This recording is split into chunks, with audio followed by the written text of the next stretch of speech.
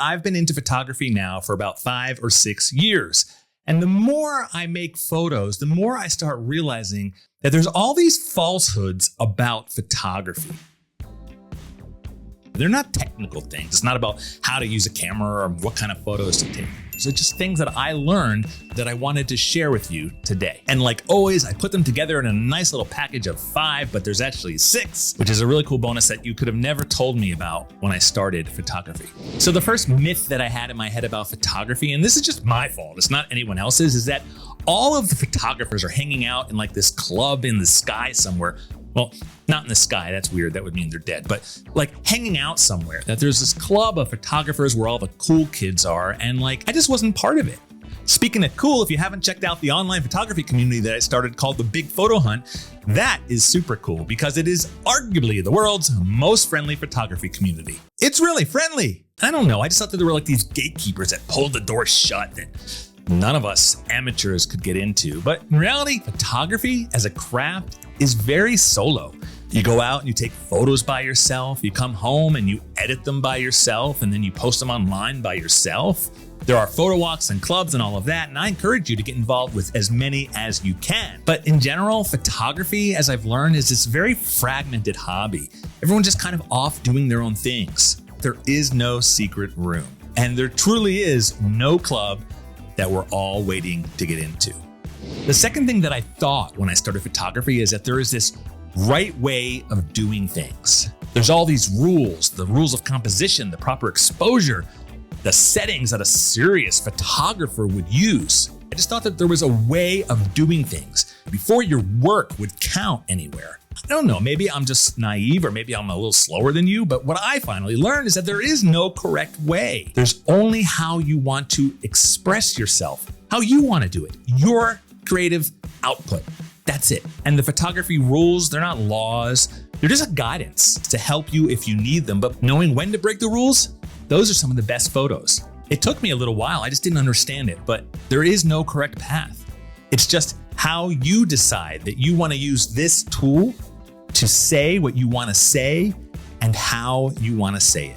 The third thing I learned is that because there are certain types of photographs that we as young or new photographers are supposed to go study those photographs and learn how to make the same ones. I just had this whole thing of like, there's a landscape shot of a bridge over water, and that is the photograph that you're supposed to learn how to make and then replicate it, or a replicated version of it. And don't get me wrong, those photos, they do matter. They give you ideas, they spark imagination, they inspire you, but you or I as photographers, we can never replicate or copy a photograph. And frankly, you don't want it to be the same as the other photographs that you saw. Even though you may admire or envy another photographer's work, how you see the world is what truly makes your photograph special and unique. So I learned, find out who you are as a photographer and let that guide your work. The fourth thing that I thought when I started photography was that likes on social media tell you if you are a good photographer or not. Call me stupid. Go ahead, call me stupid. But for some reason, I thought that photos that got a lot of likes, that meant that they were good photos, and photos that got fewer likes, they were bad photos. But it's actually nothing to do with that at all, because a like is actually saying more about the person that gave you the like than it is about you or your photo. It's their mood, it's their taste. It's what happened to them on the subway that morning. But it is not a measure of whether you or I are growing as a photographer at all. I could post a mediocre photo of a cute little puppy and it would get way more likes than a technically correct street scene that tells an amazing story. It doesn't mean that that's a better photo, it just means cute little puppies get likes. Photos that get likes and photos that mean something to me and that are actually good photos, there's really not that much correlation. Sometimes there is. But as a measure of our photography or our growth, it's pretty meaningless. We all know this, but I fell into the trap, and once I started posting photos for me, it was just much more rewarding experience. Okay, number 5, and then don't forget, I've got a bonus after this one, number 6. But number 5 is that one day I'd have this whole photography thing figured out. I don't know. I just thought that one day I'd cross this threshold where technically I would understand everything. My follower count would be really high. I'd have the right camera, great photographs, paying clients, and that it would just be a matter of flipping a switch and I'd be legitimate. I'd be a photographer. But that is wrong. That actually is one of the most wrong things I've ever learned about photography. For one, the learning never stops. It can't stop. There is no finish line. You are always learning. And that's not some motivational cliche. It's the truth. And by understanding that and letting myself absorb that, it was liberating. I felt free to go out and just take the photos that I wanted, to experiment how I wanted, and not be discouraged when 80% of them came back looking like crap. Oh, and also it kind of helps with imposter syndrome, which I have and a lot of photographers do. We don't feel that like we should be considered photographers.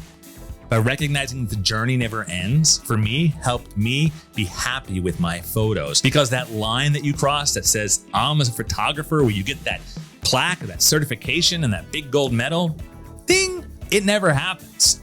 I learned that if I enjoy photography and I work on it and I practice the craft, then I'm a photographer, and my photos, well, maybe not as good as a lot of the others out there. They're not.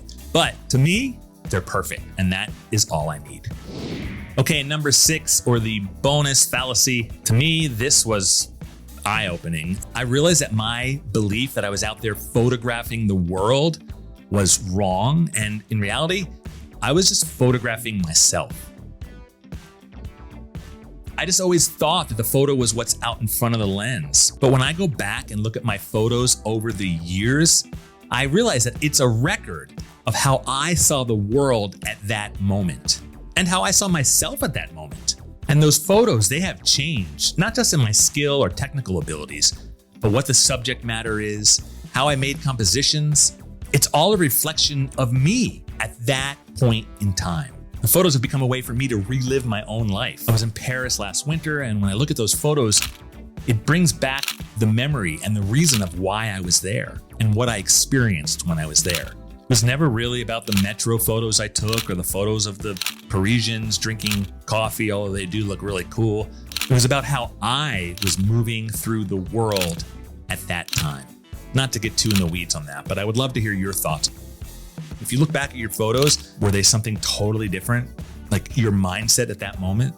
Would love to hear in the comments. Anyway, I just spent some time reflecting, and so I wanted to make this week's video about that. I think a lot of times we talk about technical aspects of photography, gear, photography as a hobby, but we don't really talk about like what our experience is as a photographer. And so by sitting back and forcing myself to think about this just helped me, I think, become a better photographer. If you missed the worst video that I ever created, you could watch it here.